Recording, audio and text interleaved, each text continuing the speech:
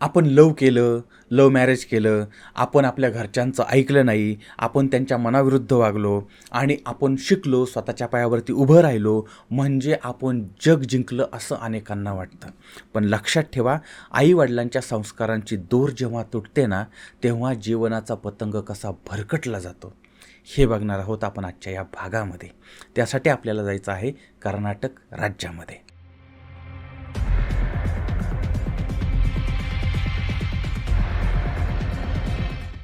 कर्नाटक राज्य आहे त्या ठिकाणचं बेंगलुरू आहे, त्या परिसरामधलं विश्वेश्वरय्या लेआउट आहे.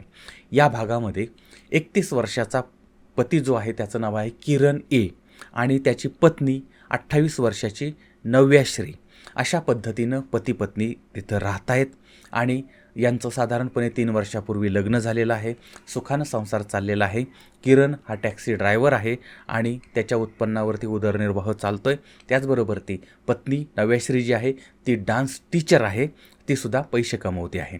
आणि या दोघांचं लव्ह मॅरेज झालं होतं. म्हणजे आता ही डान्स टीचर आहे आणि तो टॅक्सी चालवतो आहे, म्हणजे लव्ह मॅरेजच असणार. कारण अरेंज मॅरेजमध्ये अशा गोष्टी शक्यतो होत नाहीत, लव्ह मॅरेजमध्ये होतात. तर अशा पद्धतीनं यांचं हे लव्ह मॅरेज होतं. प्रेम प्रकरण काही काळ चालू होतं आणि यानंतर आता हे प्रेम प्रकरण घरच्यांना कळतं. घरच्यांना कळल्यानंतर मग आता साहजिकच घरचे ह्या गोष्टीला विरोध करतात. त्यानंतर मग घरचे त्यांना सांगतात की बाबा हा तुझ्यासाठी फिट नाही, ती तुझ्यासाठी फिट नाही वगैरे वगैरे, तुमचं पटणार नाही वगैरे. आईवडील समजावून सांगण्याचा प्रयत्न करतात, पण मुलगी जास्त शिकलेली होती त्यामुळे तिनं आपल्या आईवडिलांचं ऐकलं नाही, कारण ती स्वतःच्या पायावरती उभी होती. आणि शेवटी दोघांनीही घरच्यांच्या विरोधाला न जुमानता लव्ह मॅरेज केलेलं होतं. एक लक्षात घ्या की स्वतःच्या पायावर उभं राहणं किंवा लव्ह मॅरेज करणं हा प्रत्येकाचा वैयक्तिक भाग आहे, पण यानंतर त्याचा काय परिणाम झाला हे फार वेदनादायी अशा पद्धतीची ही घटना आहे. तर 3 वर्ष यांचा संसारानंतर, लग्न झाल्यानंतर 3 वर्ष कसाबसा संसार चालला होता आणि नंतर लव्ह मॅरेजचे साईड इफेक्ट यांना जाणवायला लागले होते. या दोघांच्यात वादाला भांडणाला सुरुवात झाली होती. आता नव्याश्री जी आहे ती डान्स टीचर होती आणि त्यामुळे सोशल मीडियावरती ती जास्त सक्रिय होती, ॲक्टिव्ह होती आणि ती नेहमी आपल्या डान्सचे फोटो वगैरे सोशल मीडियावरती टाकायची. आता ही बाब त्या पतीला खटकत होती. त्याचबरोबर ती सतत मोबाईलवरती असायची आणि तिचा पुरुष मित्र किंवा महिला मैत्रिणी वगैरे ज्या असायच्या त्यांच्याबरोबर ती बोलायची. आता या बाबीसुद्धा पतीला खटकत होत्या आणि पतीला पत्नीचा संशय येत होता. आता नव्याश्री हिची एक मैत्रीण होती ऐश्वर्या. आता ऐश्वर्या आणि नव्याश्री दोघीही भद्रावती या भागामध्ये राहणाऱ्या होत्या आणि अगदी चिटुकल्या असल्यापासून त्या एकमेकींच्या मैत्रिणी होत्या. आणि या दोघींचाही एक कॉमन मित्र होता, त्याचं नाव आहे अनिल. आता याच्यामुळे आता नव्याश्री जी आहे ती, म्हणजे घरी तिला नवरा त्रास द्यायचा तर ती आपलं दुःख आपला मित्र आणि आपली मैत्रीण यांना सांगायची आणि हे पण त्यांना सांगायची की माझा म्हणजे तिचा नवरा तिचा कधीही घात करू शकतो आणि ती घरात एकटी असताना तिला भीती वाटते घरामध्ये आणि तिनं सेफ्टीसाठी एक चाकूसुद्धा जवळ ठेवलेला होता. तर अशा पद्धतीनं ती आपल्या मित्रांना मैत्रिणींना आपल्या घरातील गोष्टी सांगत होते आणि तिचा मित्र जो आहे तो तिला सांगत होता की तू पोलिसांमध्ये तक्रार कर. आता तारीख आहे 27 ऑगस्ट 2024. आता या दिवशी नव्याश्री आणि किरण म्हणजे नवरा बायको या दोघांच्यामध्ये वाद झाला, भांडणं झाली. त्यानंतर नवरा कामावरती निघून गेला. आता घरामध्ये नव्याश्री जी आहे, बायको जी आहे ती घरामध्ये होती आणि तिला भीती वाटत होती किंवा तिला टेन्शन आलं होतं, ती डिप्रेशनमध्ये गेली होती आणि त्यामुळे मग तिनं तिची मैत्रीण ऐश्वर्या आणि मित्र अनिल यांना बोलवलं. त्यानंतर मग बराच वेळ यांच्यामध्ये बोलणं झालं. हिनं स्वतःचं मन मोकळं केलं, त्यांनी गप्पा मारल्या आणि त्यानंतर अनिल जो आहे तो तिथून निघून गेला. निघून गेल्यानंतर आता मागं उरली ऐश्वर्या आणि नव्याश्री. ह्या दोघी मैत्रिणी घरी होत्या. त्यानंतर आता त्यांनी ठरवलं की आपण आता पार्टी करूया.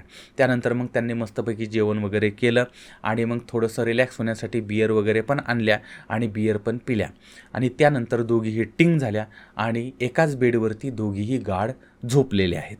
आता दुसरा दिवस उजाडलेला आहे, सकाळ झालेली आहे. ऐश्वर्याची बियर जी आहे ती थोडी थोडी उतरायला लागली होती, तिला जाग यायला लागली होती आणि तिला असं जाणवलं की आपला बेड जो आहे तो ओला झालेला आहे. आणि त्यानंतर मग का ओला झाला आहे, खडकन तिनं डोळे उघडले आणि पाहते तर सगळ्या बेडवरती रक्त असं लाल झालेलं आहे आणि तिची मैत्रीण नव्याश्री हिचा गळा चिरलेला आहे, रक्ताच्या थारोळ्यात ती पडलेली आहे, तिचा मर्डर झालेला आहे. आता हे पाहिल्यावरती मात्र तिच्या अंगावरती अशी वीज पडावी अशा पद्धतीनं ती चमकली आणि हे सगळं बघितलंय, अनुभवलंय आणि मोठमोठ्याने आरडायला लागली. तिच्या आवाजानं शेजारी पाजारी मंडळी धावत आली आणि त्याच्यानंतर मग त्यांनीसुद्धा हे सगळं बघितलं. नंतर बंगळूर पोलिसांनाही फोन लावण्यात आलेला आहे. पोलिसांना माहिती मिळताच ते घटनास्थळी पोहोचलेत, बॉडी ताब्यात घेतली, सगळी पाहणी केली आणि ऐश्वर्यानं मग हकीकत सांगितले की रात्री आम्ही दोघी एकत्र होतो. त्यानंतर मग ते पिणं वगैरे झालं, खाणं वगैरे झालं आणि त्याच्यानंतर सकाळी उठून बघितलं तर शेजारी बेडवरती तिचा मृत्यू आहे, नव्याश्रीचा मृतदेह पडलेला आहे. म्हणजे कुणीतरी अज्ञात व्यक्ती घरामध्ये शिरला आणि त्यानं हत्या केली. आता पोलिसांचा तपास सुरू होतो. हत्या कोण करेल, का करेल, घरामध्ये कसा शिरेल याबद्दलची आता घरामध्ये शिरला आणि तिचा मर्डर करून निघून गेला याचा अर्थ त्या मारेकऱ्याला या घराची सगळी माहिती असावी. पण मारेकरी कोण? आता नंतर मग ज्यावेळेस हिनं त्या नव्याश्रीच्या पतीबद्दलची माहिती सांगितली की पती जो आहे तो रात्रभर बाहेर होता आणि त्यानंतर मग या दोघांच्या मधला वाद, या नवरा बायकोंमधली भांडणं वगैरे आणि नवऱ्याकडे दुसरी चावी आहे वगैरे ही सुद्धा गोष्ट समोर आली होती. त्यामुळे पोलिसांचा संशय त्या पतीवरती होता. आता पतीचा शोध सुरू झाला होता आणि इकडं नव्याश्री हिचा बॉडी जी आहे ती बॉडी पोस्टमॉर्टमसाठी शासकीय रुग्णालयामध्ये पाठवण्यात आली आणि पुढील काही तासातच पोलिसांनी त्या पतीला सुद्धा ताब्यात घेतलं होता. त्याच्याकडे कसून चौकशी केली, त्याला पोलिसी खाक्या दाखवला आणि त्यानंच पत्नीची हत्या केल्याचं कबूल केलं होतं. आता हे प्रकरण कसं घडलं होतं तर पहाटे पती जो आहे किरण त्यानं डुप्लिकेट चावीनं त्याच्या घरामध्ये तो शिरलेला होता. आता त्याला बायकोबद्दल प्रचंड राग होताच आणि आता ती दारूच्या नशेमध्ये होती आणि त्यावेळेस मग त्यानं तिला त्या बेडवरून खाली उतरवलं आणि तिला एका खुर्चीवरती बसवलं आणि तिला बांधलं. ती त्या गुंगीमध्येच होती, तिच्या तोंडामध्ये बोळा कोंबला आणि त्यानंतर त्या खुर्चीमध्येच तिला जबर मारहाण करायला सुरुवात केली. आता त्या पत्नीनं सेफ्टीसाठी ठेवलेला जो चाकू होता तोच चाकू नंतर यानं घेतला आणि तिच्याच चाकूनं तिचीच गळा चिरून हत्या केली. आता हे सगळं होत असताना नव्याश्रीची मैत्रीण जी आहे ऐश्वर्या ही शेजारी झोपलेली होती, जवळ झोपलेली होती, त्या घरामध्येच होती. पण बिअरमुळे ती टिंग झाली होती आणि त्यामुळे तिला काय घडतंय काहीही कळलं नाही आणि त्यामुळे तिला वाचू शकली नाही. आणि नंतर किरणनं नव्याश्रीची हत्या केली. हत्या करून पुन्हा बॉडी बेडवरती टाकली आणि तो घरातनं पसार झाला. दुसऱ्या दिवशी सकाळी ही घटना उघड झाली आणि पत्नीची हत्या झाली, पती जेलमध्ये गेलाय आणि मैत्रीण जवळ असूनसुद्धा तिला वाचू शकली नाही आणि लव्ह मॅरेजचा अशा पद्धतीनं दुर्दैवी अंत झालेला होता. आता या प्रकरणातनं आपल्याला धडा काय मिळतो? सगळ्यात पहिली गोष्ट की एक लक्षात घ्या की कोणी लव्ह मॅरेज करावं, कोणी अरेंज मॅरेज करावं, कोणी आणखी कुठल्या पद्धतीनं मॅरेज करावं हा त्याचा वैयक्तिक प्रश्न आहे, त्याबद्दल आपण बोलू शकत नाही.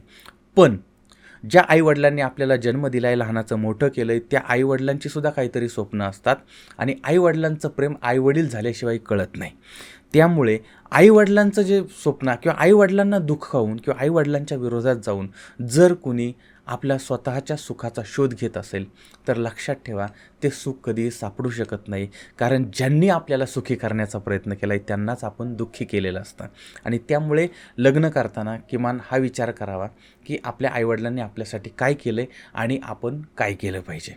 दुसरी गोष्ट, पतीपत्नीमध्ये वाद होतात, भांडणं होतात, त्यावेळेस त्यांनी एकमेकांना समजून घेणं आणि जर ते गोष्ट होत नसेल, समजून घेणं होत नसेल तर एकमेकांपासून वेगळं होणं हे अत्यंत गरजेचं आहे. पण अशा पद्धतीनं जर घटना घडल्या तर मात्र मग म्हणजे ह्याच्यातनं काय साध्य काय झालं, याच्यातनं कोणाला काय मिळालं? शेवटी म्हणजे संसार तुटला, प्रेम गेलं, पती गेला, पत्नी गेली, सगळं संपलं यांचं.